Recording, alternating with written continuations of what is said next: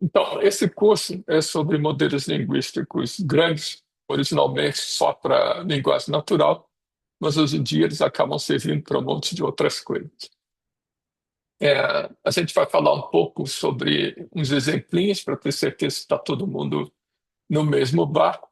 Depois tem umas definições preliminares para saber que modelos exatamente a gente está falando.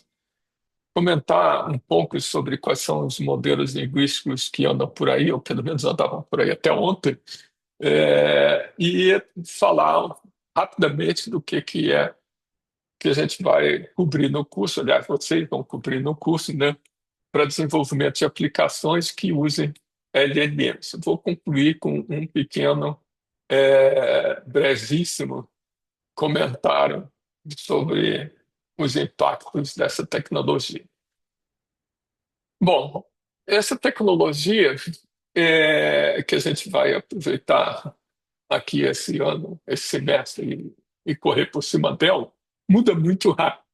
Então, o que a gente vai tentar ver é quais são os modelos que existem por aí e como é que a gente pode usar esses modelos. Ao longo do semestre vão aparecer outros, não tem jeito, isso muda muito rápido. O curso não é um curso de aprendizado de máquina. Eu não vou ensinar para vocês como é que a gente faz uma LLM, como é que a gente constrói uma. Isso aí seria um outro semestre, ou pelo menos um ou dois semestres sobre esse assunto. O curso também não é sobre como é que a gente constrói uma LLM. Se eu não vou falar sobre aprendizado em máquina, não faz muito sentido eu dizer para vocês como é que a gente constrói uma LLM, ou pelo menos como é que a gente sintoniza uma LLM para uma aplicação. E junto com tudo isso, né, quando você constrói uma LLM, você quer saber se ela está funcionando bem. Então, a variação também não é algo que a gente vai cobrir. Para a gente ter certeza que nós estamos falando do mesmo assunto, eu vou colocar aqui cinco exemplinhos bem simples. O primeiro deles foi a primeira pergunta que eu fiz ao ChatGPT logo que ele saiu. Onde é que Dom Pedro I está enterrado? Eu coloquei a pergunta em inglês, como aparece aí no topo dessa tela, porque eu achava que o ChatGPT não falava português. Para minha surpresa, eu coloquei a pergunta em inglês e ele me respondeu em português. Infelizmente, eu não guardei o print screen de 2 anos atrás, mas eu fiquei encucado de onde é que ele descobriu que eu estava no Brasil. O meu sistema operacional é em inglês, meu browser é em inglês, a única maneira que ele pode ter tentado adivinhar é porque meu IP era o IP do Brasil. Fora isso, ele produziu um texto parecido com esse que aparece aí na tela, só que isso aqui foi um ano atrás, e ele me respondeu em inglês. Se vocês olharem esse texto, o inglês desse texto é perfeito. Não tem nada errado, não tem uma vírgula fora do lugar, não tem um ponto errado, está tudo perfeito.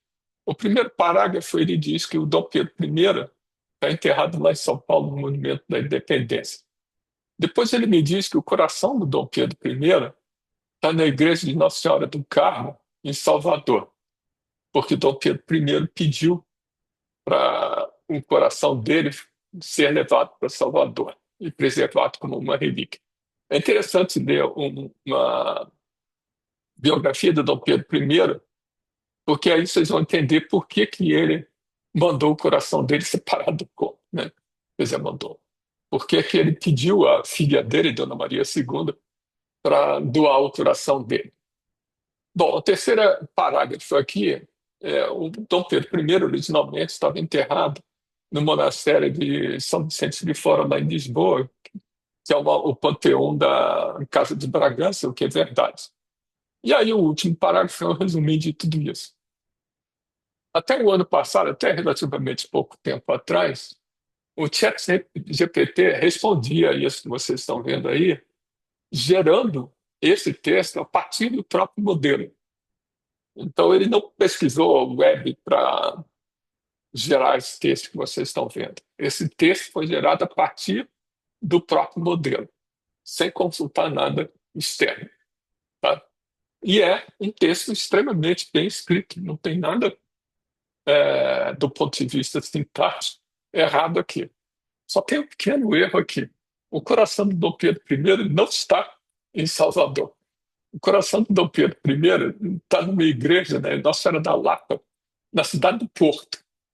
De novo, eu dei na biografia dele para saber por que que ele pediu para a filha dele mandar o coração para o Porto, né? Mas então, o que aconteceu é que o nosso amigo ChatGPT errou ao gerar essa resposta para mim. O resto tudo está certo, mas isso aqui está errado, né? E ele gerou isso de novo, a partir do modelo para o qual ele foi treinado. O modelo dele foi treinado a partir de um monte de dados. Tem na web um monte de outros dados. Mas ele produziu uma resposta que parece certa, mas está errada para uma pergunta absolutamente factual. Já que Dom Pedro I está enterrado. Já perceberam que não é tão simples assim, né? Porque o coração está de um lado, o corpo está do outro. Então, essa é uma pergunta bem capciosa, por isso que eu fiz. É, Se vocês perguntarem hoje ao ChatGPT a mesma coisa, tem dois botõezinhos ali embaixo no ChatGPT. Se vocês apertarem Search, aí ele faz o que vocês já achavam que ele deveria fazer. Ou seja, consultar o web, procurar quais são os verbetes que poderiam responder aquela pergunta e resumir esses verbetes num parágrafo. Exatamente isso que ele fez aqui. Esses links aqui são links, na verdade, para a Wikipedia, que explicam onde é que o corpo do Dom Pedro I está enterrado e onde é que o coração dele está enterrado, e assim corretamente enterrado em Nossa Senhora da Lapa, na cidade do Porto, em Portugal. Então, isso aqui está absolutamente correto, mas a maneira com que ele produziu essa pergunta é completamente diferente da maneira com que ele produziu a pergunta, produziu a resposta há um ano atrás. Há um ano atrás ele não olhava o web, ele olhava para o próprio modelo. Aqui ele usa o modelo simplesmente para produzir um resumo de páginas que ele encontrou na web. Bom, tem dois botões, né? Se você apertar o Reason, o ChatGPT ainda te explica o que que ele fez. Na verdade, o que ele está dizendo aqui é que ele confirmou a resposta dele olhando em sites com boa reputação na web, ou seja, no caso a Wikipedia. Bom, há um ano atrás, 2 anos atrás, eu fiz essa mesma pergunta em todos os modelos que eu consegui passar, não. O único modelo que me respondeu certo foi, na época, o Bing Chat, que não sei nem se vocês alguma vez usaram, mas o Bing Chat funcionava mais ou menos como o GPT, o ChatGPT funciona hoje. Se vocês fizessem essa mesma pergunta há 2 anos atrás ao Google, que seria a primeira fonte de informação que passa na cabeça de todo mundo, ele ia te responder isso que está aí. Na verdade, ele ia procurar na internet alguma coisa que batesse contra essas keywords aqui, e aí tem de novo duas entradas da Wikipedia, que na verdade são a mesma entrada, uma em português e outra em inglês, sobre a história do coração do Dom Pedro. A última entrada daqui é a segunda situação. Por que que essa pergunta é capciosa? A última entrada aí fala que os túmulos do Dom Pedro I e Dona Inês de Castro estão num monastério. Eles falam, que diabo é isso? Onde é que apareceu Dona Inês de Castro aí no meio da história? Todo mundo sabe que o Dom Pedro I foi casado com a Dona Leopoldina, era amante lá de sei lá quem, por aí afora. Então, de onde é que apareceu Inês de Castro? Ah, que Dom Pedro I é amigo. Isso que eu queria pegar o ChatGPT, mas ele não errou. O Dom Pedro I do Brasil é o Dom Pedro IV de Portugal. Mas também, é claro, que se é o Dom Pedro IV de Portugal, teve o Dom Pedro I de Portugal, no século XIV, 1360, sei lá. O Dom Pedro I foi rei de Portugal e a Dona Inês de Castro era a amante dele lá. No final, ele acabou se casando com a Inês de Castro, também é uma história extremamente macabra e tão confusa quanto a história do Dom Pedro I no Brasil. Então, moral da história, minha pergunta simplesinha aqui não é nada simples de responder.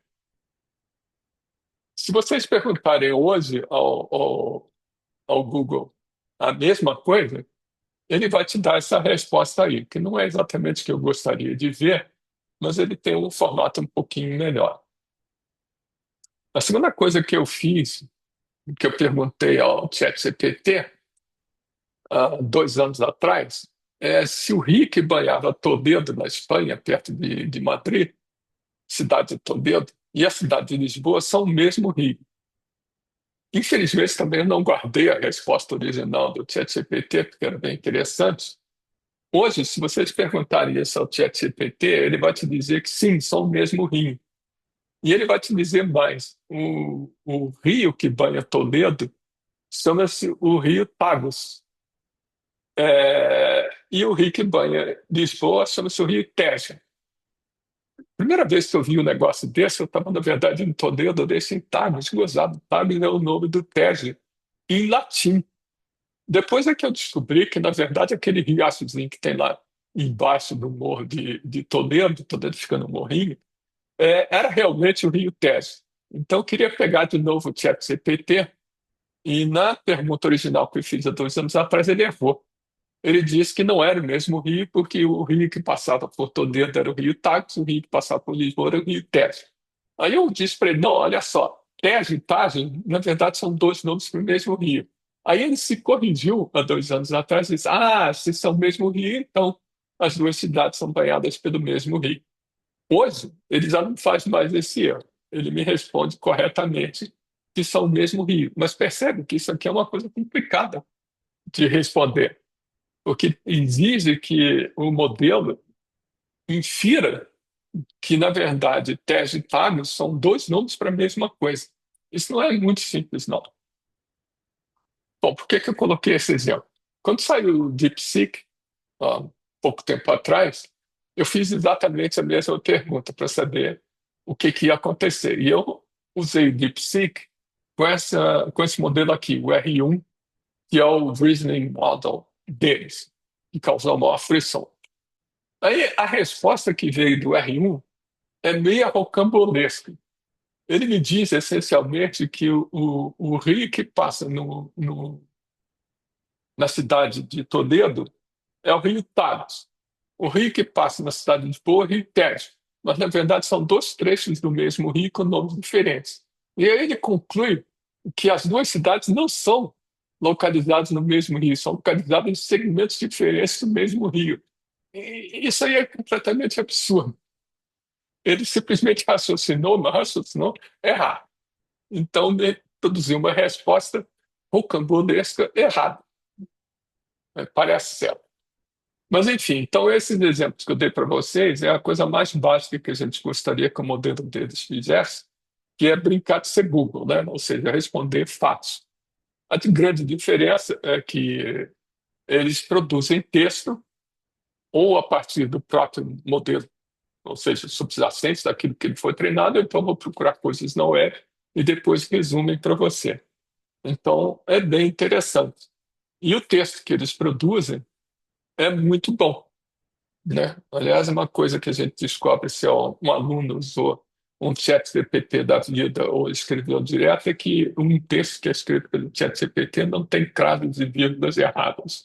Um texto escrito por um aluno normalmente tem cravos e vírgulas erradas. Enfim, brincadeirinha. Bom, o terceiro exemplo que tem aqui é um pouco diferente. Esse exemplo, na verdade, eu acho que está na documentação da OpenAI. Documentação da OpenAI tem um monte de exemplos interessantes. Um deles é: me diga 5 pontos que eu devo estudar sobre a Roma Antiga. E aí ele vai lá e me gera 5 pontos. Isso aqui são só um pedaço da resposta. E se vocês olharem a resposta completa, ela é muito boa. De onde é que o modelo por trás do ChatGPT me gerou essa história? Do próprio modelo. Ele é um modelo generativo, é um modelo que consegue gerar texto. E gerou texto muito bom, mas respondendo uma pergunta também não muito simples, né? Quais são os 5 pontos? Tem que entender um pouco sobre o que está escrito aqui para gerar esse texto. Ele não procurou esse texto na internet. Ele gerou do próprio modelo. E o que eu estou perguntando a ele não é para me dar informação acerca de um fato, é gerar alguma coisa um pouco mais complicada. Então, esse tipo de uso aqui é bastante interessante, é bem diferente do Google. Se vocês procurarem o Google há 2 anos atrás, um ano atrás, aliás, até bem pouco tempo atrás, o Google ia te responder da maneira tradicional. Tem até um link patrocinado aqui da Viator, e blá blá blá. que não serve para nada para responder a minha pergunta. Se você fizer a mesma pergunta hoje ao Google, ele tem embutido dentro dele hoje uma LLM. Então, ele vai te produzir uma resposta muito parecida com o que o ChatGPT gera. Essa resposta aqui não é igual ao do ChatGPT, mas é dentro do mesmo espírito. É uma coisa sintetizada a partir do texto de uma forma bem interessante. E da mesma forma que o ChatGPT, esse exemplo aqui é de um ano atrás. Hoje ele me respondeu mais ou menos a mesma coisa, mas eu poderia forçar ele a me dar links. O Google aqui já me dá os links. Esses linkzinhos aqui é de onde ele tirou essa informação. A última aqui, aliás, achei muito divertido. Os romanos usavam o cérebro dos ratos como pasta de dentes. Nunca tinha ouvido falar disso. Enfim. Mas o comportamento do Google foi obrigado a mudar para poder concorrer com essas LLMs. Então, agora eu tenho por trás uma coisa bem mais poderosa do que simplesmente pesquisar o web. E é muito bom. Isso aqui é bastante bom. Bom, agora eu vou dar um outro exemplo, diferente dos anteriores, no sentido de que eu vou explorar a capacidade, no fundo, de traduzir. Tá? O modelo desses consegue fazer traduções. No caso aqui, eu estou querendo traduzir de inglês para SQL. Tá? Então, eu vou pegar essa consulta aqui, escrita em português, e pedir, em inglês, desculpe, e pedir a ele para gerar o SQL. Só que ele não pode gerar o SQL do nada, né? Ele tem que dar algum contexto para ele. Ele tem que dizer, primeiro, que qual é um servidor que eu quero, qual é o sistema que eu quero. Ah, eu quero Postgres. E passa uma carinha do banco de dados. Não precisa passar todos os gloriosos detalhes do banco de dados. Se passar todos os detalhes, ele ignora muita coisa. Eu passei aqui simplesmente o nome das tabelas e o nome das colunas, meio como se fosse prolog. Então, para produzir a consulta SQL, eu passei um contexto, ou seja, a descrição minimal do banco de dados e onde é que eu quero que o SQL rode, e passei uma instrução. Essa instrução é uma consulta que lista, se eu pudesse dizer assim, crie uma consulta que lista, seria a mesma coisa. Então, essa informação que eu passei para o ChatGPT, você pode quebrar em um contexto, informação que não está dentro do modelo dele, e informação que, na verdade, não é bem informação, é uma instrução. Eu mando ele fazer alguma coisa, né? Isso é uma coisa interessante, é um modelo que foi também treinado para seguir instruções. E a minha instrução aqui é gerar SQL. E aí o ChatGPT me gera SQL aqui, que está basicamente correto. Eu também já fiz isso aqui há muito tempo atrás. A primeira vez que eu vi isso aqui, eu achei estranho. Eu não conhecia essa construção aqui. Isso aqui é válido no Postgres. Não sei se é SQL padrão. Agora, esse SQL aqui, se vocês olharem, não é tão trivial assim. E para responder essa pergunta, ele teve que fazer um group by e um count e um filter aqui, né, do having. Então, essa consulta não é nada trivial de ser sintetizada. Primeira vez que eu vi isso, eu levei um susto. Caramba, esse troço consegue gerar agregações e filtros e não sei o que lá de uma forma muito boa. Tem dois joins aqui no meio do caminho, porque no fundo, como eu quero todo mundo que trabalhava nos últimos 3 meses, eu tenho que pegar a data que o empregado recebeu algum pagamento. E no fundo, como eu quero departamento, eu tenho que pegar daqui. E eu tenho que juntar empregado e departamento na primeira tabela. Então, isso aqui tem dois joins embutidos aqui no meio do caminho, que não é nada trivial. Eu mostrei essa consulta para uma amiga minha, ela disse, essa consulta está errada. Mas como assim está errado? Quem disse que nome é chave de departamento? Você pode ter dois departamentos com o mesmo nome. Sério, você tem razão. Nessa informação que eu passei de contexto para o sistema, eu não estou dizendo que é a chave. Ele assumiu que nome era a chave do departamento, embora tivesse uma coluna chamada ID. Então, essa consulta pode ou não estar certa, dependendo se o nome for chave ou não. Mas, em princípio, tá. E tem aqui uma explicaçãozinha que ele te dá às vezes essa explicação é bem verbosa. Eu acho que essa aqui é bem mais longa do que isso, que ele explica direitinho por que que ele gerou isso. Mas, bom, tá bom. O ChatGPT fez um bom trabalho. Agora vamos usar o DeepSeek. Já que o DeepSeek está em moda, ele consegue raciocinar entre aspas, né? Então, coloquei a mesma coisa aqui para o DeepSeek. Aí o DeepSeek me produz esse SQL aí. Esse SQL está completamente errado. Bom, ele está completamente errado, mas tem uma coisa bem interessante. Ele me gerou um left join aqui e ele tem uma pausa aqui no raciocínio dele dizendo o seguinte: olha só, se o departamento não tiver empregados, eu não posso fazer join de departamento com empregado, que vai dar vazio. Só que eu estava pedindo os departamentos que tivessem mais de 10 empregados. Então, essa história de join ou left join, coisa parecida, tanto faz. Mas ele me errou aqui várias coisas. Primeiro que o intervalo de tempo aqui, ele tirou da cabeça dele. Eu tenho a impressão que ele foi. Eu tenho que, na próxima aula eu vou conferir isso. Quando é que foi treinado, o DeepSeek foi treinado? Eu acho que foi por aqui. De qualquer maneira, hire date, ele inventou. É como a gente diz, alucinou, porque hire date não é nenhum desses nomes de coluna aqui. Então ele me inventou um nome de coluna aqui só para poder dizer que o empregado estava empregado, né, estava admitido no departamento nessa data. O Group by Heaven está certo.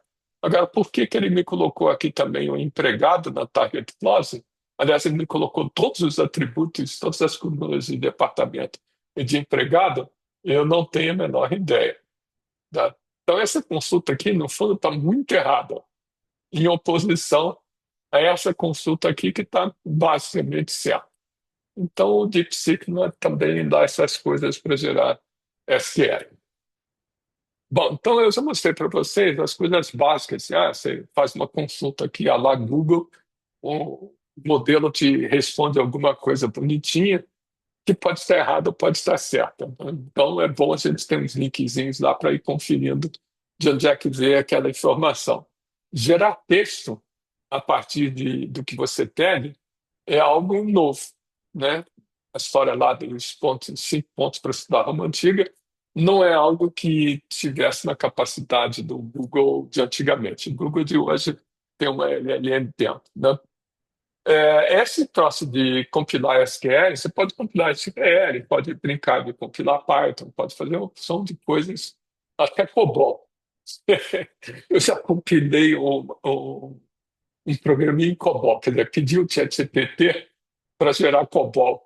Por incrível que pareça, ele gerou COBOL. Não sei se estava certo ou errado, porque deve ter uns 50 anos que eu não programo em COBOL. Não sei nem se vocês já viram algum código em COBOL, mas o modelo do ChatGPT, ele já viu COBOL, porque ele gerou COBOL. Bem interessante. Bom, agora a gente pode pensar em umas outras coisas mais enroladas, né? Essa aqui nem tão enrolada é. Imagina que, em vez de você gerar SQL, você, na verdade, queira criar uma interface para o banco de dados que seja uma interface conversacional, um negócio um pouco mais agradável, né? Não é só escrever uma sentença em linguagem natural e compilar o SQL. Eu quero entrar num diálogo com o usuário. Então, a gente teria aqui uma coisa com dois agentes. Um agente que é o controle do diálogo e um outro agente que faz a consulta o banco de dados e eventualmente gera a consulta de novo, enfim. É um agente que é a interface para o banco de dados, né? Então, isso aqui seria um sistema com dois agentezinhos conversando entre si para responder as perguntas, interagir com o usuário, né? Nem responder perguntas. Esse agente aqui, na verdade, não é nem lá muito complicado, né? O prompt original dele era mais ou menos o dobro do que está aí. Aí só o topo do prompt, mas não é muito complicado. O que que isso aqui está dizendo? Eu estou dando instruções para a LLM bem básicas, né? Você tem que fazer isso, fazer aquilo outro. Então, essas instruções bem básicas vão guiar a maneira com que o primeiro agente conversa com o usuário. Mais interessante do que olhar isso daqui é olhar a resposta. Tem aqui um pedacinho da resposta. Esses text boxes aqui com a linha fininha é o que o usuário vê. Esse com a linha mais grossa é interno do sistema. Então vamos ver aqui. Bom, o usuário diz o seguinte: olha, eu vou fazer uma opção de perguntas sobre essa instalação I10. Aí ele responde, o agente lá de controle do diálogo. Ah, sim, tudo bem, vou lembrar que você quer falar apenas da instalação I10. Isso já é diferente de uma interface tradicional do banco de dados. Eu não estou fazendo uma pergunta e o sistema me responde. Eu estou conversando com o usuário e setando algum contexto. Aí, quando o usuário me diz, liste todas as ordens que estão vencidas, bom, são as ordens dessa instalação, não são todas as ordens, são só daquela instalação, porque o usuário setou esse contexto. Aí o sistema aqui peça um pouquinho e completa. Essa pergunta do usuário aqui não é uma pergunta completa, ela tem que ser completada com um contexto, instalação I10. Então, essa é a pergunta em linguagem natural que vai ser passada para o agente texto-SQL e vai traduzir essa pergunta numa consulta SQL e devolver a resposta, eventualmente corrigir erros e por aí afora. Aí o sistema depois pega a resposta do agente SQL e devolve para o usuário. Aí ele continua. Quais são as ordens abertas? Bom, de novo, ordens abertas dessa instalação. Aí o sistema peça um pouquinho, traduz para essa pergunta aqui completa e o ciclo vai por aí afora. Então, no fundo, a gente consegue, sem muita confusão, criar um sisteminha que você suporte diálogos com o usuário, muito mais do que simplesmente perguntas em linguagem natural e resposta, pergunta e resposta. A gente pode fazer coisas bem mais interessantes do que isso, né? Sem muito esforço, tá? Se vocês quiserem fazer isso, quisessem fazer isso há 3, 4 anos atrás, ia ser muito mais complicado. Hoje em dia não é tão complicado assim. O último exemplo que eu queria dar para vocês é um paper do professor Furtado, do professor Ederley, que ganhou o prêmio de 2023 de melhor paper do SB Games. Isso aqui é um sisteminha multi-agente para gerar histórias. E ele aí tem dois agentes diferentes aqui, um que escreve a história e outro que ilustra a história. Então, esse sisteminha aqui consegue gerar coisas do tipo que vocês estão vendo aqui na tela, como se fosse um storyboard. Isso aqui é um pedaço do storyboard, né? Ele vai gerando vários desses trechozinhos com o texto de um lado e a figurinha do outro, como se fosse realmente um storyboard. Se vocês olharem aqui no website do Edirley, tem uma porção desses exemplinhos interessantes de como a gente cria algo parecido com isso. Está aqui na tela para gerar histórias, para interpretar imagens e vai por aí afora. O Edirley tem, o site dele é bem interessante. Por acaso, o melhor paper do SP Games 2022 também foi deles. O melhor paper do SP Games 2024 não foi deles por uma razão, porque eles não mandaram para o SP Games, mandaram um paper para o Simpósio Internacional lá em Manaus, patrocinado pela IFIC, mas também ganhou o BSP. Então, essas coisas aqui acabam sendo bem interessantes. O detalhe é que um dos modelos que eu estou usando aqui, nesse desenho, não é um modelo, não é uma LNG, não é um modelo que gera texto, é um modelo que gera imagens. Então, aqui a gente já tem uma situação onde a gente tem desses modelos que geram coisas, só que essas coisas podem ser, além de texto, imagem, vídeo, áudio, e por aí afora. Esse curso, eu gostaria de fazer um curso desses que a gente produzisse, estudasse esses modelos que são multimodais. Só que, no fundo, não dá tempo. Mas, enfim, paciência. Então, isso aqui são uns exemplinhos, assim, para a gente ter ideia do que é possível fazer com uma LLM. E quando a gente for olhar aqui as LLMs que andam por aí e essas aplicações, vão aparecer um monte desses outros exemplinhos. Mas antes de eu continuar, deixa eu ser um pouco mais preciso sobre a gênese desse curso. Esse curso originalmente era sobre processamento de linguagem natural, em 2022, 2. E aí, nessa área, você tem algumas coisas bem tradicionais, alguns problemas bem tradicionais que você gostaria de resolver. O mais óbvio dele é tradução, né?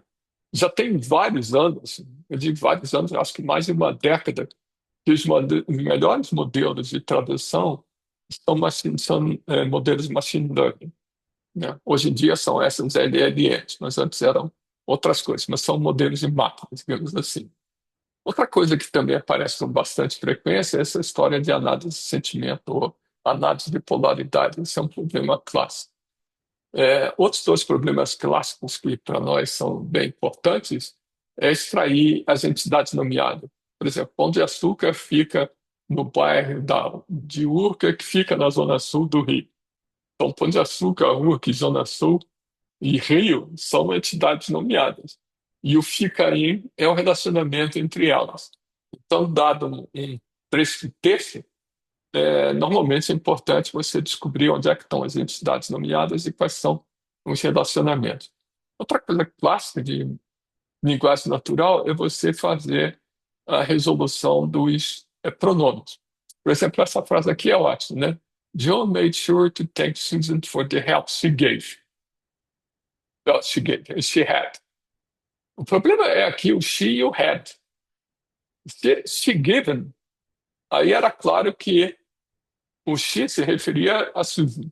Se fosse, em vez de had, received, o she se referiria a John.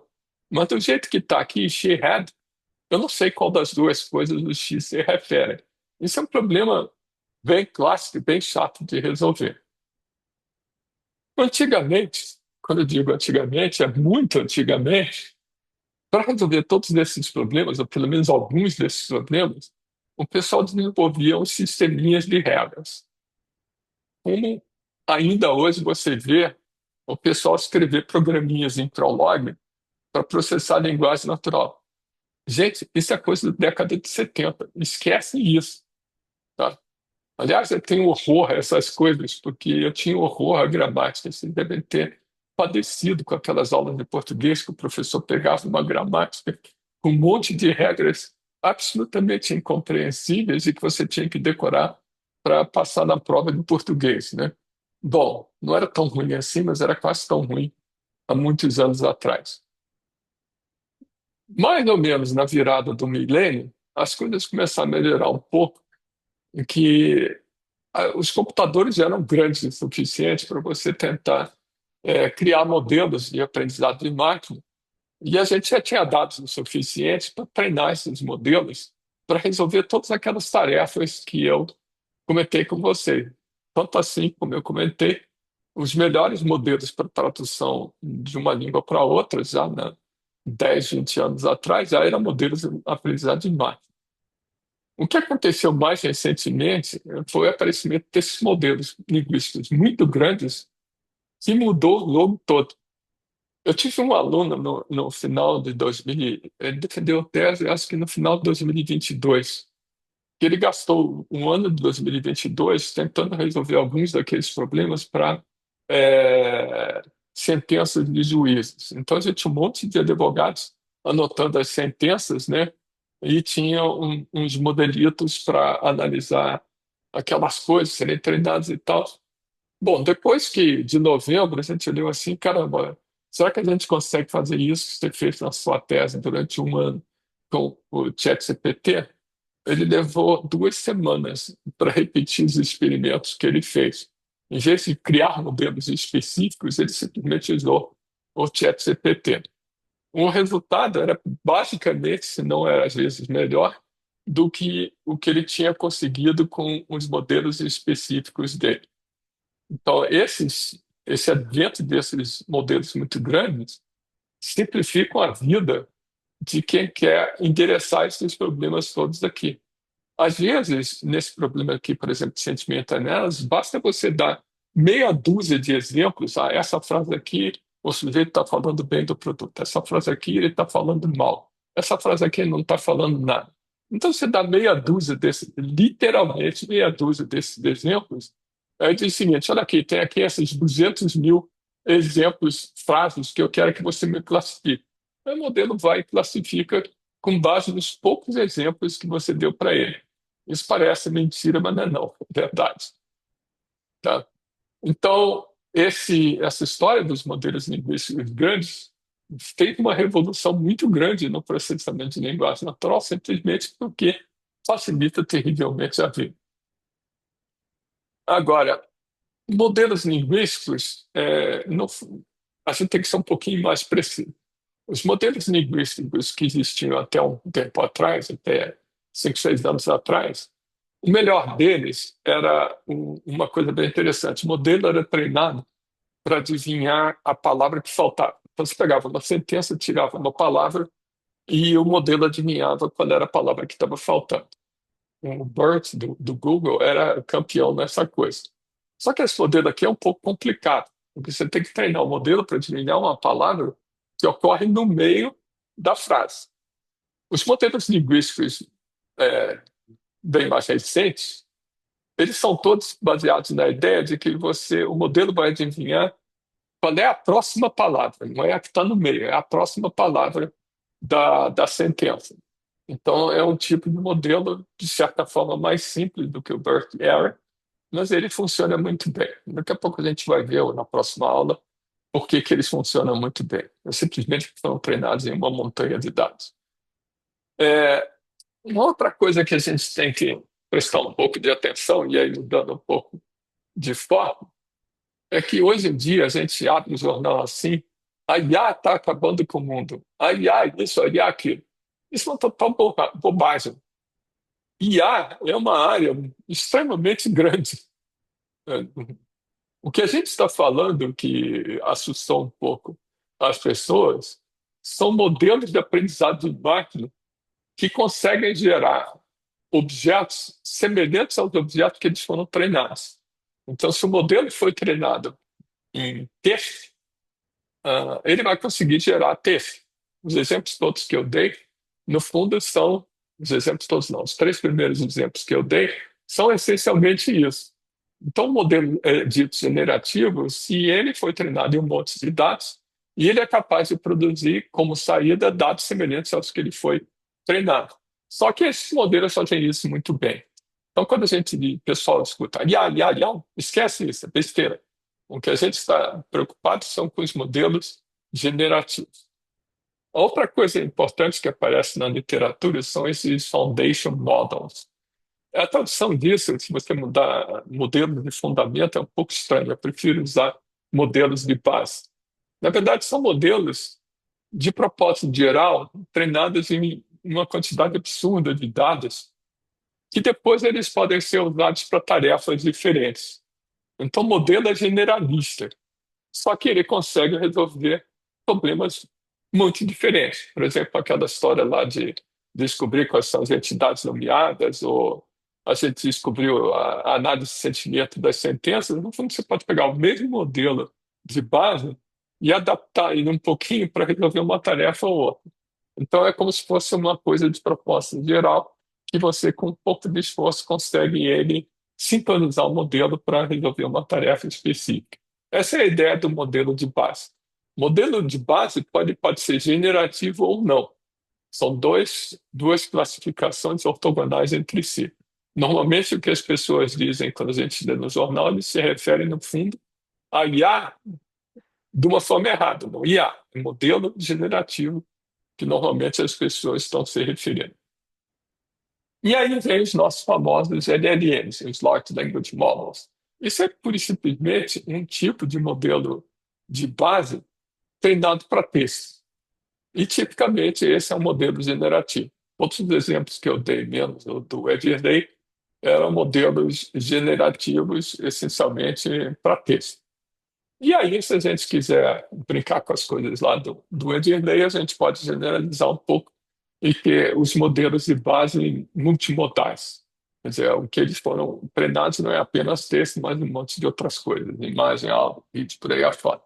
Então, isso aí são uma classificação bem simples, né, do como é que seria um modelo linguístico, quais são duas classes grandes de modelos que estão em moda hoje em dia, e casos específicos de modelos de base. Tá? Aqui tem um quadrinho que resume isso que eu acabei de falar, não preciso ficar repetindo, porque já são quase 2 anos. Então, tá bom. Então a gente já sabe do que a gente está falando. Eu espero que a gente saiba do que eu estou falando. Agora vamos dar uma ideia do que existe por aí. Nos tempos idos passados, o BERT eu já comentei para vocês. BERT eu acho que é de 2018, se não me engano. Junto com as coisas que o Google andava fazendo, outras pessoas, você vê que tem um BERT aqui, andaram fazendo variações do BERT para uma coisa ou outra. Tempos depois, o Google lançou um outro modelo muito maior do que o BERT, chamado T5. Todos esses BERTs aqui eram modelos de Masked Language Models. O T5 eu acho que já não era Masked, mas eu não tenho muita certeza. E tinha uma outra linha de modelos aqui, tem muitos mais, tá? Tinha uma outra linha de modelos aqui, bem importantes, que são os GPTs, né? Os GPTs, que é o que está por trás da OpenAI, tem um último que eu acrescentei a essa linha, e que é extremamente importante. O que que um Instruct GPT é? É esse paper aqui no final. Esse pessoal aqui, fez uma coisa muito interessante. Eles pegaram o GPT-3 e retreinaram o GPT-3 para seguir instruções. Se eu quero os 5 pontos mais importantes do Império Romano, então aí tinha a resposta do que deveria ser. Então eles treinaram, e esse treinamento está descrito nesse paper, e não foi um negócio nada trivial, e produziram essencialmente um porquê, alguma coisa parecida com o ChatGPT, com esse comportamento bem interessante, que é seguir instruções. Traduz agora de português para inglês. O traduz agora é uma instrução. Então você vai pegar um modelo linguístico e transformar um modelo em alguma coisa que consiga seguir instruções. Isso é uma ideia extremamente interessante. E esse paper aqui, ele tem milhares e milhares de citações, porque ele introduziu isso de uma forma bastante clara. Talvez seja o último modelo, o último paper da OpenAI, o do GPT-4 é mais ou menos claro. Mas esse modelo, esse paper aqui é muito interessante, muito bem escrito e razoavelmente claro. Tá? Então, esse Instruct GPT ele é um marco no desenvolvimento desses modelos linguísticos, não porque ele consegue, sei lá, traduzir de português para inglês, mas porque ele consegue seguir instruções, que é uma ideia extremamente interessante. Bom, e aí a coisa foi em frente. Eu pensei aqui alguns modelos. O GPT 3.5, por exemplo, é o GPT, é o Instruct GPT um pouco mascarado, que é o que é usado dentro do ChatGPT. Depois tem o GPT-4, que saiu logo em seguida, uma melhoria do GPT-3. Bom, e aí, é, curiosamente, eu e o Furtado íamos dar um curso de linguagem natural de novo no primeiro semestre de 2023. A gente já tinha arrumado tudo para usar o ChatGPT, né, usar LLMs, quando a Meta lançou esse modelo aqui.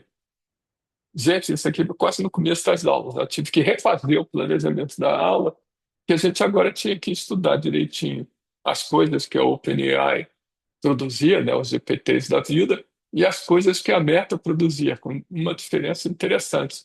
As coisas da Meta, essas que estão em verdinho aqui, os códigos, os pesos dos modelos, os modelos estão abertos, você pode baixar o modelo. Os azulzinhos, não, os azulzinhos é proprietário, você nem sabe direito o que, que tem dentro do modelo. Isso aqui não, você pode baixar. E esses papers originais da Meta, que descrevem o Llama, têm o mesmo nível de detalhe desse paper aqui do Struct GPT. Então, do ponto de vista acadêmico, são papers bem interessantes, porque eles entram nos detalhes de como o modelo foi construído. Então, aqui tem várias variantes do Llama, até esse aqui que foi aí fine-tuned para gerar código, que é bastante razoável. O Google fez uma coisa um pouco estranha. Os modelos do Google andaram mudando de nome, né? Você viu que tinha lá o GPT, sempre chamou GPT, 2, 3, 4, até recentemente era tudo GPT. O Google ficou BERT, BERT, BERT, BERT, depois teve um T5, aí depois teve um tal LN, e tinha um, tinha um dois, depois mudou para outra coisa que eu nem me lembro mais o que que é. Aí finalmente o Google nomeou tudo de Gemini. Então tudo agora do Google chama de Gemini, mas eles levaram um tempinho até se acertar. O último que aparece aqui nessa lista tem uma coisa, um detalhe bem importante. Todos esses modelos aqui, aquela área de contexto, aquele quadradinho vermelho que eu mostrei para vocês, onde você passa informação adicional para LLM, no caso do meu exemplo foi as tabelas de bloco de dados, normalmente eram áreas de contexto bem pequenas, bastante pequenas. A diferença interessante do Gemini é que essa área de contexto onde você passa informação, na verdade é muito grande. 1 mega não é nem 1 megabyte, nem 1 mega palavras, é 1 mega tokens. É uma área muito grande. Você pode passar um trecho de vídeo nessa área de contexto. E o exemplo que eles dão do Gemini, que eu acho que ainda está lá na documentação da Google, é muito interessante. Eles dão um trecho de vídeo de uma história de detetive, aí eles pegam esse trecho de vídeo, carregam na área de prompt, e aí fazem a pergunta: quando é que o detetive tirou o papelzinho do bolso? O que que o Gemini faz? Ele olha para o que está na área de prompt, o vídeo que está na área de prompt, descobre a cena que o detetive tira o papelzinho do bolso, olha, digamos assim, faz a translação do papelzinho e faz o OCR do que está escrito no papelzinho. O exemplo é muito interessante, muito interessante. Como é que isso foi possível? Bom, não é nada trivial você estender uma área de contexto, né, a informação adicional que você passa para o modelo antes do modelo fazer qualquer coisa, para ela ser tão grande quanto isso. É um feito tecnológico importante. Bom, e aí vamos para aí afora. Tem montanhas de outros modelos. Eu, quando preparei essas apresentações, vi até dois em março, até que a Alibaba me resolveu publicar um modelo há poucos dias atrás. Eu coloquei aqui em cinza, que eu nem, não sei nem se eu vou falar sobre ele. Mas aí tem uma outra coisa aqui um pouco diferente. Se vocês olharem aqui, tem o Llama, tem os Gemini, o Gemini Pro para dois dobrarem também do contexto, mas aparecem duas coisas importantes. O primeiro são os modelos chineses do Alibaba e os modelos da DeepSeek. E uma outra coisa que aparece aqui, esses modelos da OpenAI, o último da OpenAI que saiu da série do GPT é o 4.5, que saiu há bem pouco tempo atrás. Mas tem uma série de outros modelos que são um O na frente. Esses modelos com O na frente, eles foram treinados para produzir a resposta passo a passo. Então, ele não, ele às vezes leva mais tempo, ele leva um tempinho, entre aspas, pensando, raciocinando, entre aspas, muitas aspas, né, para passo a passo produzir a resposta. Então, um O1, esse R1 aqui da DeepSeek e esse O3 Mini funcionam dessa forma um pouco diferente, tá? Esse da Alibaba aqui aparentemente também funciona bem. É, desse dono de modelos aqui, eu queria chamar a atenção para uma coisa.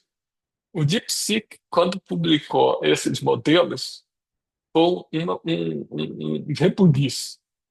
Um rebuliço tão grande que a NVIDIA perdeu, num pregão da Bolsa, 600 bilhões de dólares em valor de mercado. Aí, tipo, caramba, como assim?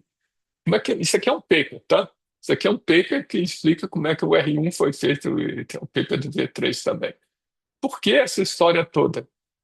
Porque, no fundo, esses modelos da DeepSeek, eles explicam lá no paper que eles gastaram da ordem de 5,5 milhões de dólares para treinar o modelo. E usaram um número relativamente pequeno de placas da NVIDIA como cluster para treinar o modelo. Isso é muitíssimo, ordens de grandeza menos do que o pessoal acha que a OpenAI e o Google usam para produzir os modelos deles. Então, o que os chineses fizeram foi mostrar que com muito menos recurso de hardware, você consegue produzir modelos que são tão bons quanto esses modelos mamute aqui da OpenAI. Por isso é que a NVIDIA perdeu o valor de mercado. Isso aqui foi uma comoção interessante. Está no jornal. É interessante a gente ler a notícia. Então, chamou atenção para a DeepSeek, e aí é claro que o pessoal da Alibaba correu atrás de mostrar que o modelo deles é melhor. Enfim, hoje em dia o melhor é esse daqui. O que que eu estou dizendo para vocês? Tem um monte desses modelos. Quais esses que a gente tem que olhar? É difícil acompanhar isso. Mas tem sites que ajudam a gente. Esses sites aqui, Awesome LLM, ele tem um monte de resumo desses papers, desses modelos. A única coisa é que eu não sei até que ponto isso aqui é atualizado. Eu tentei procurar lá alguma data, mas não vi uma data precisa. Então aqui é coisa boa, mas a gente não sabe se a última novidade está aqui. Pelo menos eu não consegui descobrir. Esse outro site aqui é bem mais interessante. Eles supostamente fazem uma análise independente dos modelos e publicam uma, um leaderboard, um gráfico sobre o comparativo dos modelos. Então, se vocês entrarem aqui, vai aparecer logo de começo esses barrinhas aqui, que eu peguei eles expandidos. A primeira barrinha aqui, que eles chamam de inteligência, na verdade é uma cesta de índices que medem a qualidade da LLM. Ou seja, um monte de perguntas com as respostas esperadas e a comparação do que o modelo gera com aquelas respostas. É, o primeiro deles, o mais importante, ou quer dizer, o que desempenha melhor, é aquele O3 Mini High. O da X, eles não sabem, isso que está suriado aqui, eles não têm uma avaliação independente, isso aqui é o que eles publicaram, ou seja, a gente pode ou não acreditar, né? O DeepSeek, aquele que causou 600 bilhões de perdas, está aqui, né? O DeepSeek é tão bom, quase tão bom quanto o A1, e um pouquinho, 10%, se acreditar nesse índice, pior do que o melhor da OpenAI, vamos por aí afora. Então, desses daqui, eu vou falar um pouquinho sobre os verdinhos, os da DeepSeek. Um, o Gwen, acho que nem está aqui. É, o Gwen não parece estar aqui. E aí vou pedir a vocês para falarem um pouco sobre essas coisas da OpenAI, os que estão em preto. Vamos falar um pouco das coisas da Meta, o Llama, esses verdinhos, esses azulzinhos aqui, porque são modelos que a gente tem um pouco mais de documentação. E os do Google, que são os verdinhos aqui, esses verdinhos aqui. Por que que eu não estou olhando os da Anthropic? É simplesmente porque não tem tempo. Senão esses da Anthropic, que são os Claude da vida, cadê o outro Claude? Esse aqui, são modelos bem interessantes, mas o Mistral também, esses abobrinha aqui. São modelos bem interessantes, mas a gente não pode ficar aqui o resto do semestre olhando modelos. Então, eu escolhi alguns, vocês já vão descobrir por quê. Bom, outra coisa que a gente tem que ver não é só o quão bom o modelo é o quão rápido o modelo é. O modelo mais rápido que tem nessa lista daqui é esse diagrama aqui, mas ele é bem pequenininho. 8 milhões de parâmetros, por incrível que pareça, é um modelo bem pequeno. Esse aqui também é um modelo pequeno. O O1 High, por incrível que pareça, esse que aqui que é o melhor de Bridgman, ele não é tão lento assim, ele é bem rapidinho até, muito mais rápido do que o R1, aquele chinês que causou a queda na bolsa, né? Então, o A1 mini high está bem posicionado. Outra coisa que vocês podem querer medir é quanto tempo ele demora para começar a produzir uma resposta, ou seja, latência. Não espantosamente, o A3 e o R1 têm uma latência muito alta. Por que que não espantosamente? Que eles são o que a gente chama de um reasoning model, aquele que começa a pensar, entre aspas, né, antes de produzir uma resposta. Então, eles são necessariamente mais lentos, do ponto de vista de latência do que os outros, né? Então, enfim, não é só qualidade, a gente tem que ver latência e velocidade de saída e o preço, claro, né? O A1, cadê o A1 mini high até que não é tão caro assim. bem mais barato do que o GPT-5, o GPT 4.5, que é o último, e o GPT-1. Não, o DeepSeek está baratinho aqui. Então, enfim, os Claude também não são muito claros, os da Anthropic aqui. Então, esse site te dá uma perspectiva interessante e isso vai mudando toda hora. Então, a gente é razoável olhar esses sites aqui para ter uma ideia de para onde é que as coisas estão indo. O mais interessante desse site não são esses modelos, não. É isso aqui. Eu passei essa apresentação e peguei umas slides para mostrar para vocês que colocam as coisas numa outra perspectiva. A ordem que eu vou apresentar aqui não é exatamente a que está lá naquele reporte, mas me pareceu fazer mais sentido. Do ponto de vista dos Estados Unidos, o panorama é mais ou menos esse. Se você pegar aqui essa linha preta, são os modelos da OpenAI. Então, os modelos da OpenAI sempre foram melhores do que os outros, exceto nesse ponto aqui, onde o da Anthropic chegou perto. Os Llama da vida sempre foram piorzinhos. Então, por que que eu vou me preocupar com Llama? Simplesmente porque eles são de pesos abertos e têm uma boa documentação. O Google, que são de verdinho, anda aqui pelo meio do caminho.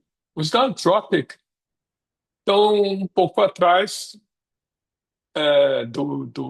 da OpenAI e do Google, mas melhores do que os da Meta. Então, isso aqui dá uma ideia de que se a gente realmente gostaria de olhar esses modelos em mais detalhe, deveria incluir a Anthropic. Propositadamente, não estou fazendo isso, estou pegando só OpenAI, Google e Meta lá no nosso planejamento. E na aula que vem, na medida do possível, eu vou fazer um resumo dos chineses. A briga entre os chineses é entre dois, entre a DeepSeek e o Alibaba. Aquele modelo último do Alibaba, que eu coloquei em cinzinha, ele deve estar por aqui, que dizem eles que é tão bom quanto o DeepSeek R1. Mas você vê que eles vão numa briga feroz aqui para ver quem é o melhor. Se você olhar os chineses e os americanos, você nota que a OpenAI tinha um domínio bastante amplo sobre os modelos chineses, até que a Alibaba e o DeepSeek começaram a embolar um pouco as coisas aqui. No fundo, o que está acontecendo é que essa história desses modelos linguísticos grandes começou com vamos chamar assim, uma disputa acadêmica, e aquele primeiro slide que eu mostrei do BERT, e, sei lá, os CPTs e por aí afora, depois começou a virar uma briga industrial, ou pelo menos comercial, entre Google, OpenAI e por aí afora. Depois disso degenerou numa briga de egos, né? Não era mais a OpenAI, era o Sam Altman. Personificaram a OpenAI no chefe dela, né? E agora isso está numa briga de países, né? Onde os Estados Unidos ainda têm uma certa liderança, mas os chineses estão chegando muito perto. Se vocês olharem os papers que tem sobre essa área no Archive e procurarem no Google Scholar mesmo, vocês vão ver que os americanos já perderam a batalha há muito tempo.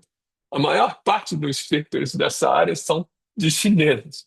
E não são chineses estudando nos Estados Unidos, são chineses estudando nas universidades chinesas.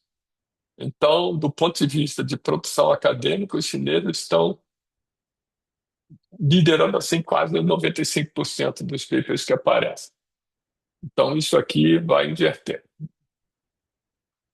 Bom, como consequência dessa guerra de países, o que os americanos fizeram? Truculência para variar, né? Então, eles impuseram uma barreira para exportar as placas gráficas mais pesadas para a China. Então, essas placas que estão aqui nessa zona, é, que corre, sei lá, azul, não podem ser exportadas. As únicas que podem ser exportadas são essas aqui verdinhas. Isso aqui são placas gráficas bem pequenininhas para servidores. Essas placas aqui já são mais pesadinhas. Curiosamente, o R1, ou quer dizer, o V3 e o R1 da DeepSeek, foi treinado na H800, que não aparece nessa figura aqui. Mas a H800 devia ser alguma coisa mais ou menos por aqui. Ela é uma placa bastante mais rápida que a 800, né? Então, o que que eles fizeram? Bom, simplesmente não estão exportando placas para a China, estão bloqueando isso. Agora, o que os chineses mostraram, esse pessoal aqui da DeepSeek, é que você não precisa nem de muitas placas, nem de placas tão rápidas. Você precisa de gente que sabe programar as placas. Isso eu vou falar na aula que vem.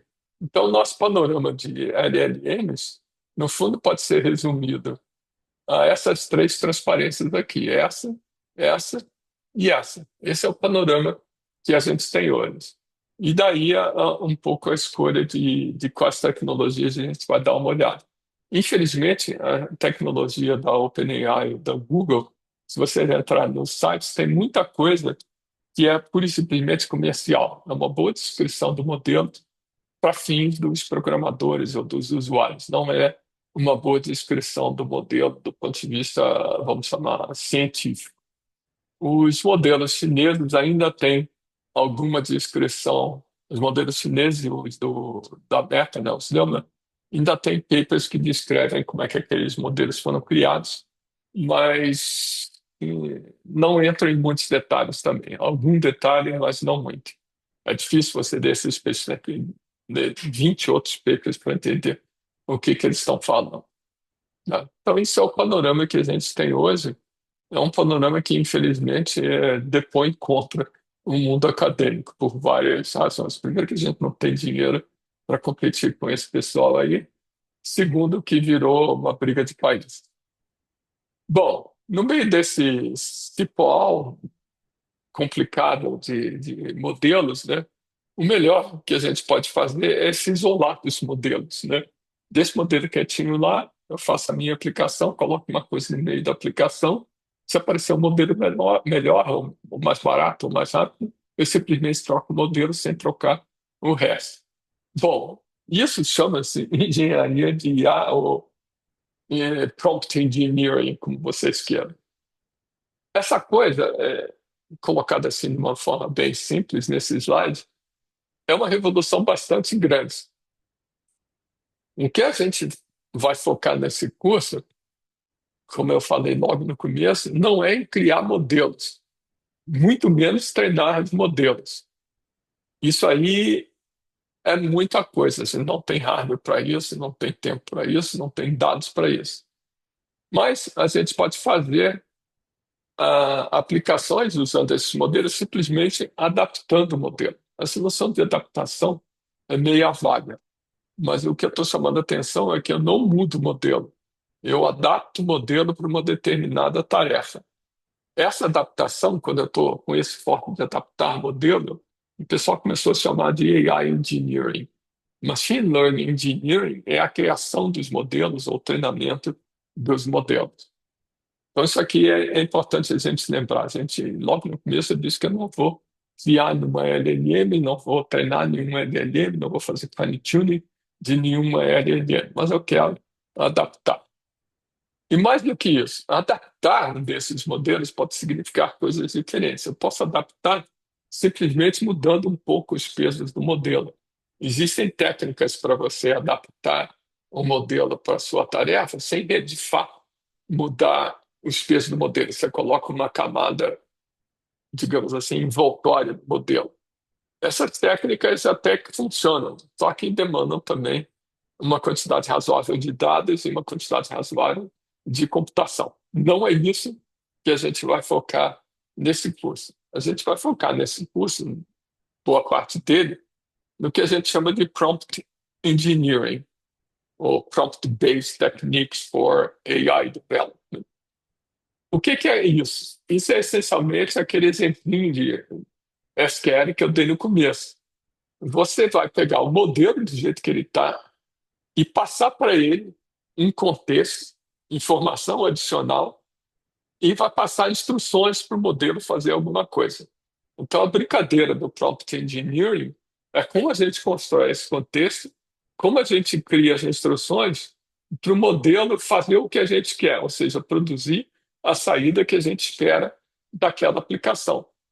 Se eu estou traduzindo de linguagem natural para SQL, eu quero passar o contexto, o banco de dados e outras coisas, passar instruções para o modelo e eu quero que ele me produza o SQL que reflete aquela pergunta em linguagem natural. Isso é prompt engineering, tá? Bom, isso aqui é muito mais fácil de fazer. Na verdade, eu estou sentado aqui falando com vocês por causa disso. Se eu tivesse que me preocupar em criar LLMs ou fazer fine-tuning, adaptar as LLMs mudando o modelo, eu não estava aqui falando para vocês. Isso não é a minha praia. Agora, criar aplicações usando um modelo pronto e algumas coisas espertinhas, sim, isso é interessante. Tá? Bom, essas coisas de prompt engineering, hoje em dia, elas são razoavelmente bem compreendidas. Então, existem várias técnicas para você guiar literalmente a LLM para fazer o que você quer. Tem um website aqui que tem uma introdução, numa parte do curso eu me refiro a esse website, que ele resume de uma forma bem clara algumas principais técnicas é, de criação de prompts. Uma delas, a última aqui, que é popularmente conhecida como RAG, ou Retrieval Augmented Generation, ela, de certa forma, é bem interessante. Logo no começo, eu falei, aquele primeiro exemplo que eu dei lá do Dom Pedro I, eu comentei com vocês que aquela resposta do Dom Pedro I, ela foi produzida a partir da informação que estava codificada dentro do próprio modelo. Ele não foi procurar nada na web, ele usou o que já estava no próprio modelo para gerar a resposta da minha pergunta. Bom, significa que o modelo só consegue fazer isso pelos dados que ele observou. Se o modelo foi treinado até o dia, sei lá, 31 de julho de 2022, tudo que aconteceu depois de 31 de julho de 2022, o modelo não vai ter sido treinado sobre aqueles fatos. Então, ele não consegue gerenciar nenhum desses fatos. Se o modelo nunca viu o banco de dados da sua empresa, é óbvio que ele nunca vai conseguir produzir nenhuma resposta a partir dos dados que estão no banco de dados da sua empresa. Isso é óbvio. O modelo nunca viu isso, então ele não pode gerar nada disso. A maneira da gente, uma maneira da gente contornar esse problema é você pegar e colocar na área de prompt informação, na área de contexto, vamos chamar assim, informação adicional de pedacinhos dos documentos ou pedacinhos de informação que o modelo pode usar para gerar a tua resposta. Então, por exemplo, se você perguntasse ao GPT, ao ChatGPT, em julho de 2023, como é que foi a coroação do Charles III, lá, o rei da Inglaterra atual, ele ia te responder o seguinte: olha, não sei porque eu fui treinado até uma data anterior à coroação do Carlos III. Se você usar RAG, você poderia passar na área de contexto informações, pedaços da web que falassem da coroação do Charles III. Então, o que que o modelo iria fazer? Ele ia pegar a informação que ele tem interna, a capacidade dele de resumo, a capacidade dele de concatenar texto, pegar esse texto adicional que você passou na área de prompt e usar esse texto adicional para completar a informação que ele não tem. Quer dizer, no fundo, o que Drag faz é isso, né? É descobrir quais são os documentos relevantes de uma base de documentos, pegar, não é o documento inteiro, os documentos são cortados em pedaços, pegar os pedaços que são mais relevantes à pergunta, e isso é um problema, e passar isso na área de prompts para o sistema produzir a sua resposta. Então, isso aqui é um pouco mais do que simplesmente instruir o modelo a fazer alguma coisa. Ele obtém a informação necessária ao modelo fazer alguma coisa. Então, isso aqui é motivo de uma aula separada. Esses assuntos aqui são uma primeira aula sobre prompt engineering. E aí tem os exemplos que eu já comentei para vocês, que a gente pode criar agentes usando essas LLMs, usando alguns frameworks. Isso não é um negócio muito interessante, não, desculpe, não é um negócio tão simples assim de explicar, mas a gente vai ter duas ou três aulas sobre isso. É, acho que são três aulas, se não me engano. Não, quatro. Quatro aulas, porque duas são sobre prompt engineering. As aulas que têm a ver direto com as aplicações, e tem montanhas de exemplinhos, estão associadas a frameworks. O LogChain e o LogGraph são primo-irmãos. Esse Pedantic é um troço um pouco diferente.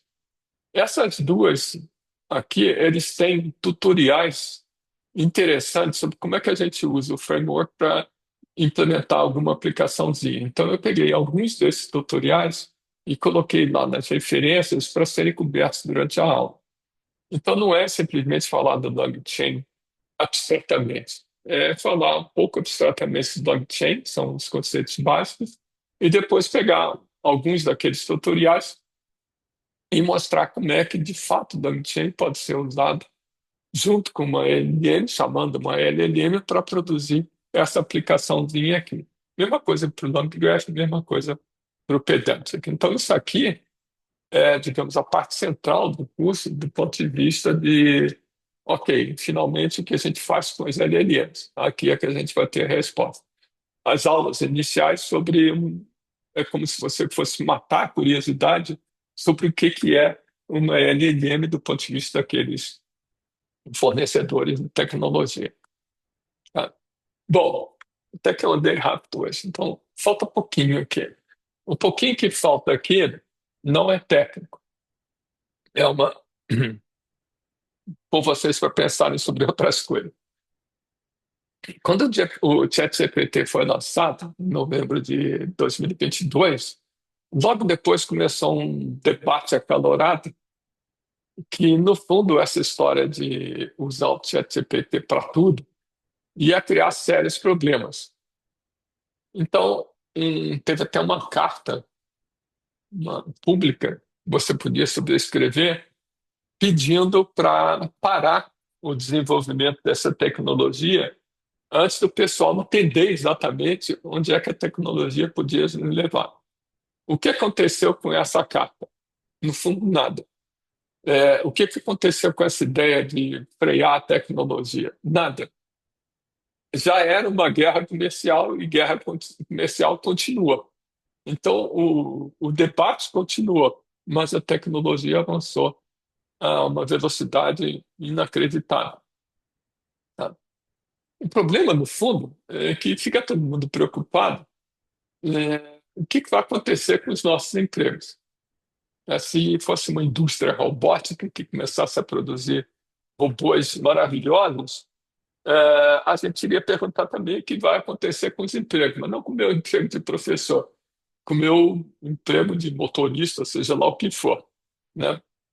Então, no fundo, o problema é quando você tem uma tecnologia disruptiva, e isso é uma tecnologia disruptiva, o que isso provoca na, nos empregos.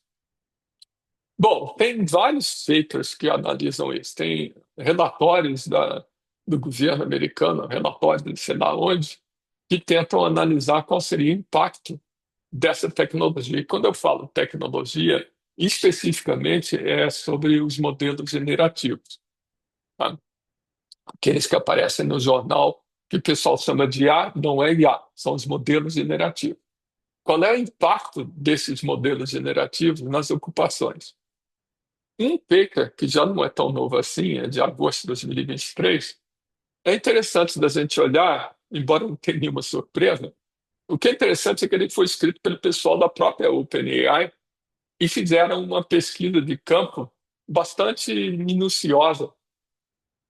E eles fizeram a seguinte pergunta para um monte de gente. Eles pegaram um monte de intérpretes ou tradutores e perguntaram a eles: escuta aqui, qual é a percentagem das atividades que vocês fazem que seria afetada por essa tecnologia em pelo menos 50%? Afetada no sentido de reduzir o tempo em pelo menos 50%. Sei lá, se eu conseguisse traduzir essa página à mão, se eu usar o ChatGPT, eu vou traduzir aquela página em um vigésimo do tempo, nem isso, um centésimo do tempo. Então, isso aí afeta profundamente. Não espantosamente, as profissões. Tem uma lista enorme de profissões afetadas. Esse paper aqui tem um defeito. Ele tem umas tabelas no final que mal dá para você ler, nem aumentando o PDF, você de fato consegue ler. Mas eles pensaram alguns exemplos, alguns até bem estranhos, né? Intérprete e tradutor, é claro que isso afeta, essa tecnologia de IA generativa afeta terrivelmente a produção deles, né? Survey Research é um negócio um pouco mais estranho. A gente faz isso aqui na PUC. Então, a gente gera questionários para os alunos responderem. É, de uns 2 anos para cá, a gente tem usado o ChatGPT para gerar esses questionários. E depois a gente olha assim para ver se a coisa é razoável ou não. Ou ao contrário, a gente produz um questionário e pede para o ChatGPT analisar o questionário. Então, esse Survey Research é nesse sentido, como é que essas ferramentas ajudam vocês a produzir questionários, e, na verdade, funciona muito bem. Creative Writer é o que você imaginaria que fosse. Então, tem umas coisas aqui bem simples, né? Animal Scientist, eu não tenho a menor ideia do que seja isso. Mas, enfim, essas ocupações aqui, elas são de colarinho branco, ou seja, são coisas criativas ou coisas que, no fundo, a gente imaginaria que necessitasse uma interferência humana muito grande, de um especialista, uma pessoa que fez doutorado, ou seja lá o que for. Aí tem uma outra lista nesse paper, que é essa daqui. Quais são as profissões que não serão afetadas por essa tecnologia? Lembra que a tecnologia são modelos generativos. Então, se você olhar aqui, tem coisas assim, ó. O cara que está lá no McDonald's cozinhando hambúrguer, esse não vai ser afetado. É, tem uma aqui também ótima. O sujeito que trabalha lá como é que chama? No matadouro. Então, se vocês olharem isso daqui, é óbvio que isso não vai ser afetado por essas tecnologias, porque são profissões essencialmente que envolvem trabalho manual. Bom, isso para IA generativa. Se eu estivesse falando de robótica, eventualmente essas listas estariam invertidas. A menos que você imaginasse que o robô fosse escrever um texto, que é besteira, né? E todas essas profissões que estão aí provavelmente seriam bem afetadas por uma forma de automação. Então, no fundo, o espanto que causa hoje não tem a ver, de fato, com IA generativa, tem a ver com que os empregos que são afetados são empregos que antes a gente pensava que só um ser humano com uma qualificação maior poderia exercer, em oposição a empregos que não exigem, não é bem que não exigem, né? O sujeito que conserta automóvel tem que ter um certo conhecimento, né? Enfim. Então, esse documento é bem interessante. Então, a minha coisa que eu queria colocar, a gente debater mais 5 minutos, é que, no fundo, o debate em torno de IA generativa tem mais a ver com o fato de que o que os modelos conseguem gerar é alguma coisa comparável ao que os seres humanos conseguem gerar. Isso é uma afirmação meia poderosa, né? Então, voltando lá àquele texto de Dom Pedro I, se a gente olha aquele texto de Dom Pedro I, você não sabe se alguém escreveu aquilo ou se aquilo foi gerado pelo ChatGPT. Uhum. Se eu dissesse para vocês que eu escrevi aquele texto, vocês iriam acreditar. O texto, aliás, não iriam acreditar, porque o texto está bem escrito demais para que eu possa escrever aquilo. Então, o problema é que os modelos conseguem gerar coisas muito boas. Tá? Agora, essa discussão, se a gente pode comparar o que um modelo de IA faz com aquilo que um ser humano faz, é uma coisa bem perigosa. Uns 60 anos atrás, na verdade, eu fui aluno dele. O Joseph Weizenbaum escreveu um programinha em Lisp. Na verdade, ele não escreveu programinha em Lisp, não existia Lisp naquele tempo. Então, ele primeiro escreveu um interpretador de uma linguagem parecida com isso. Depois, ele escreveu um programinha que analisava palavras e produzia respostas. Então, ele criou um chat, né? Um chatbotzinho. Como ele não sabia muito bem o que ele iria fazer com aquele chatbot, ele pegou um livro de psicanálise e começou a pensar as frases do livro de psicanálise. Então, ele fez um programinha chamado Eliza. Tudo que o Elijah fazia, está aqui uma tela do Elijah, era você batia alguma coisa no prompt e ele te respondeu alguma coisa. Ah, minha mãe é uma chata. Aí ele respondia, fale mais da sua mãe. Igualzinho ao que um psicanalista faria. Bom, o que aconteceu com esse programinha dele? Criou uma frição. Isso há 60 anos atrás. O pessoal começou a achar que IA conseguia reproduzir o comportamento humano. Só que o Weizenbaum ficou muito chateado com isso. Ele ficou tão chateado com isso, ele era professor do laboratório do MIT de IA, um dos primeiros laboratórios do mundo, se não o primeiro. Então ele saiu do laboratório, não quero mais trabalhar com IA. Esse negócio de comparar programa com o que o homem faz é um absurdo completo. E ele escreveu esse livro aí, Computer Power and Human Reason, que está sentado lá na minha sala da informática. E eu assisti o curso dele, por acaso eu era aluno nessa época, eu assisti o curso dele sobre esse livro.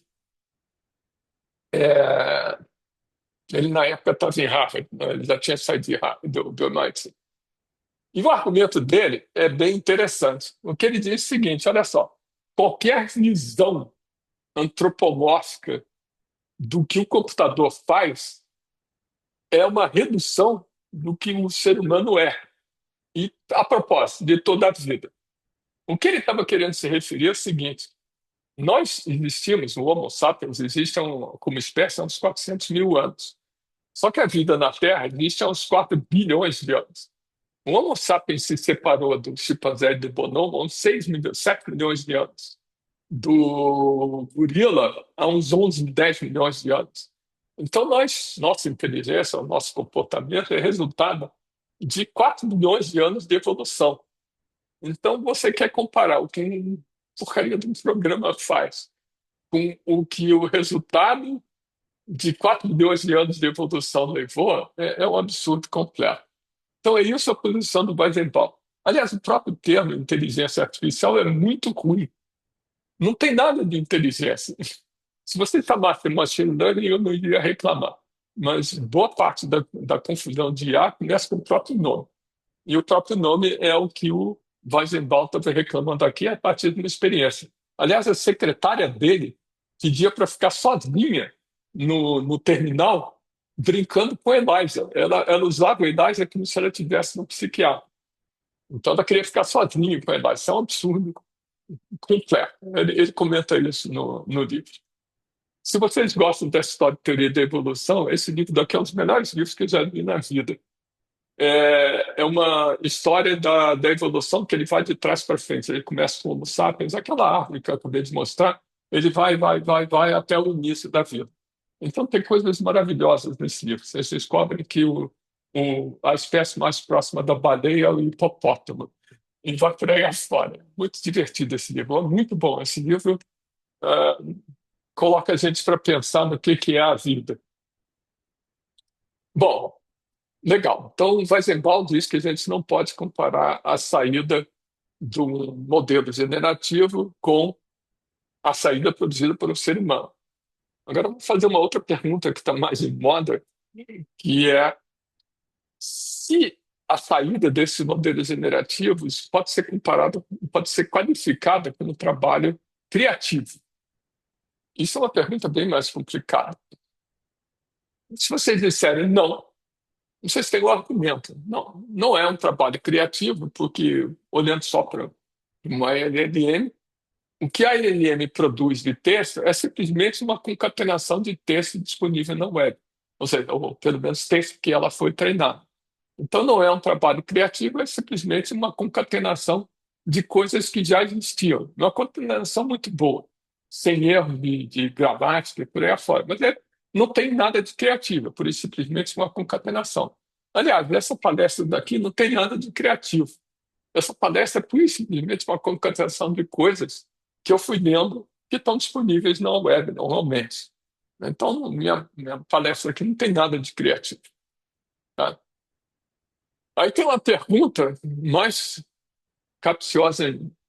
Se trabalho criativo é uma prerrogativa do homem, daqui a pouco vocês vão descobrir por que que eu estou perguntando isso. Será que trabalho criativo é desse cercadinho aqui chamado Homo sapiens?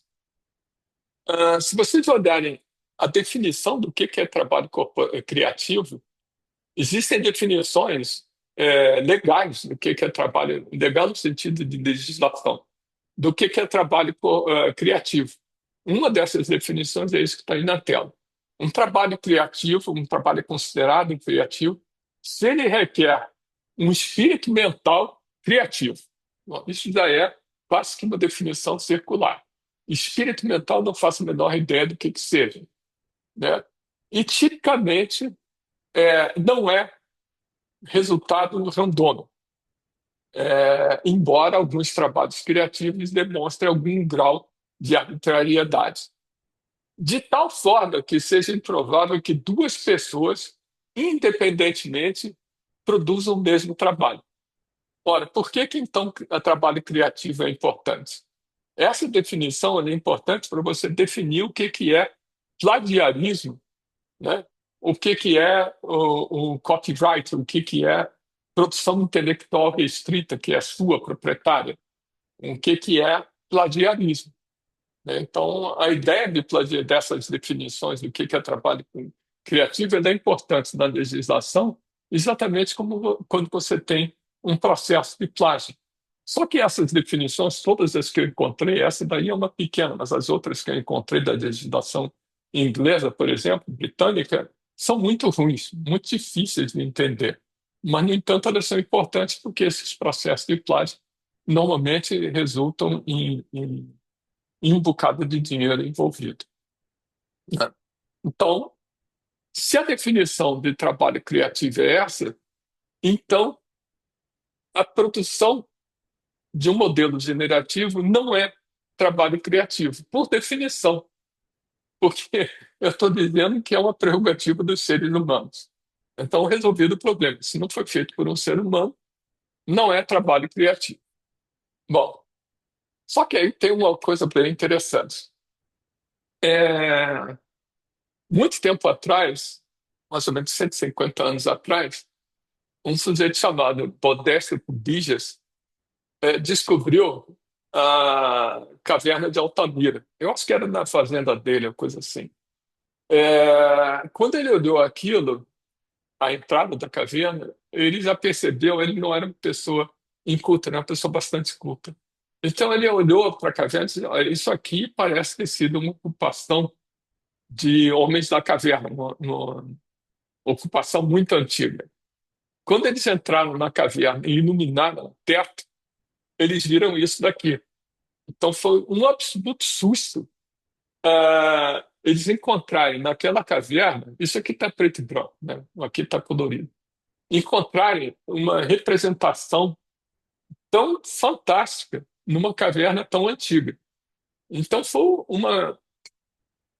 Bom, aí ele contratou uma pessoa para estudar aquela caverna, essa pessoa aqui, o Salt Waller, publicou um paper, e esse paper, no princípio, foi bem aceito. Depois o pessoal caiu de pau nele, dizendo que isso aqui era era forjado. Eles tinham feito essa pintura. Por que que o pessoal caiu de pau neles? E quando eu digo pessoal, eram os antropólogos, os paleoantropólogos. Eles diziam que o pré-histórico, o homem pré-histórico, não era capaz de fazer trabalho criativo. O trabalho criativo era prerrogativa do humano atual. Levou bastante tempo nessa discussão até que eles começaram a descobrir as outras cavernas ali na própria Espanha e na França, no centro da França, com pinturas rupestres tão ou mais bonitas que essa de Altamira. Então, eles tiveram que admitir que trabalho criativo, arte, não era prerrogativa do ser humano moderno. O homem das cavernas, há 40 mil anos atrás, já era capaz de fazer isso. Essa pintura aqui é mais antiga, essa pintura aqui é de 45 mil anos atrás. Supostamente é a pintura representativa mais antiga que se tem notícia. Então, moral da história, a gente precisa de uma definição melhor de trabalho criativo. Não pode dizer que trabalho criativo é uma prerrogativa do ser humano. Bom, isso é muito difícil. Agora, se a gente tirar essa variável da definição, fica difícil a gente dizer o que é trabalho criativo. E aí a gente cai num problema sério. Se a gente tira o homem da equação, a saída de um desses modelos generativos pode ser considerado trabalho criativo. E aí, como é que a gente fica, né? É um trabalho meio complicado isso, né? Está no cerne da discussão hoje sobre copyright, né? Se a gente pode produzir música por IA, não música por modelo generativo, seria mais preciso, né? Se essa música produzida por modelo generativo é considerada uma música tão boa quanto a música produzida por um ser humano. Só para completar, essa pergunta também não é muito fácil de responder. Para quem gosta de música clássica, quando você escuta uma obra, você diz, isso aqui é de Mozart. Mozart tinha um estilo, uma parte dos compositores também, bastante bem definido. Você consegue descobrir com poucos acordes de que aquilo é uma obra de Mozart ou não é. Então, o estilo, a criatividade de Mozart é bastante clara. Só que tem um detalhe: tem algumas missas de Mozart e quem terminou a missa, partes da missa, foi escrita por Haydn, Joseph Haydn. E vice-versa. Tem algumas obras de Haydn, principalmente missas, que foram escritas por Mozart. Os dois têm um estilo bem parecido, mas eles eram amigos, embora tivessem uma diferença de idade bem grande. E o problema deles era muito simples. Quarta-feira, hoje é quarta-feira, né? Caramba, eu tenho que apresentar, eu tenho que terminar a minha missa de domingo para o onde que era o meu benfeitor aqui. Só que eu não vou ter tempo. Aí vamos fazer o seguinte: eu escrevo esse pedaço aqui, Mozart, você escreve esse outro pedaço aí. E assim foi durante o tempo que Mozart viveu. Então não é muito claro o que a gente consegue dizer que isso aqui é um trabalho criativo de um determinado autor e separar esse trabalho criativo desse autor daquele outro trabalho criativo de um outro autor, se eles têm estilos bem parecidos. E a gente hoje pode treinar esses modelos generativos para imitar o estilo desses autores, seja de música ou outras coisas desse tipo, né? Então, isso aí é consequência para a gente pensar para onde é que essas LLMs vão levar a gente, né? LLMs, na verdade, modelos generativos em geral, muito mais do que a questão meramente de programar. Bom, é só para completar, isso aqui é o QR Code dessa palestra, mas está lá no é, nosso Google Drive. E esses outros risquinhos aqui do lado são outras coisas bem interessantes. O risquinho da esquerda foi encontrado numa caverna em Gibraltar, e pela época, pela datação do desenho, aquilo só pode ter sido feito pelos Neandertais, porque na época da datação de 60 mil anos atrás, o Homo sapiens não tinha mais, a nova leva de Homo sapiens não tinha chegado na Europa e a primeira leva de Homo sapiens já tinha desaparecido. Então, esse desenho da esquerda é necessariamente de Neandertais. O desenho da direita, que é bastante parecido com o desenho da esquerda, foi encontrado numa caverna na África do Sul e datada de aproximadamente entre 250 e 330 mil anos atrás, por uma outra espécie de hominídeos completamente diferente chamado Homo naledi. Quando os paleoantropólogos descobriram o desenho da direita, um dos paleoantropólogos conhecia o desenho da esquerda. O cara saiu correndo para pegar uma fotografia do desenho da esquerda e ninguém acreditou que aquilo que eles tinham acabado de descobrir do Homo naledi era quase exatamente igual ao que eles já tinham descoberto alguns anos antes em Gibraltar. Então, enfim, cultura geral. Bom, gente,